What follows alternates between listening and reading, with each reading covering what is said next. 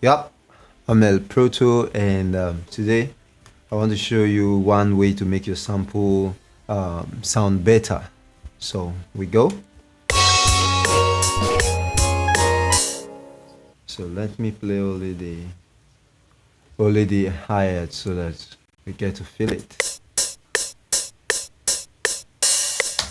So you hear the open hat there is kind of too high, and I need to, as in it's kind of too long. So look at the signal, very long. So what am I going to do now? Let's listen to it again. So I don't want it to be that long. So what I'll do, I'll bring up the out point here. So what I now get will be this. So if I take it all the way up, it goes like this. Okay, so I don't want that.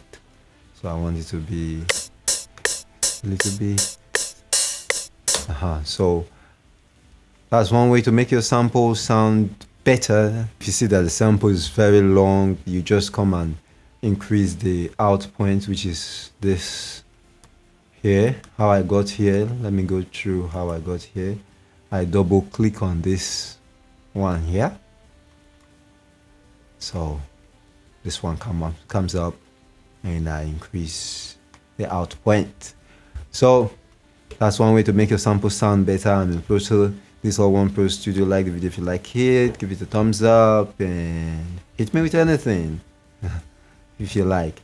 I did a video on how to make your kick sound better, so I'll leave a link to that video in the description of this video and also in the video card, so you can check it out. So that's it. I'm El Proto. This is alloneprostudio. That's it. So brighter I go.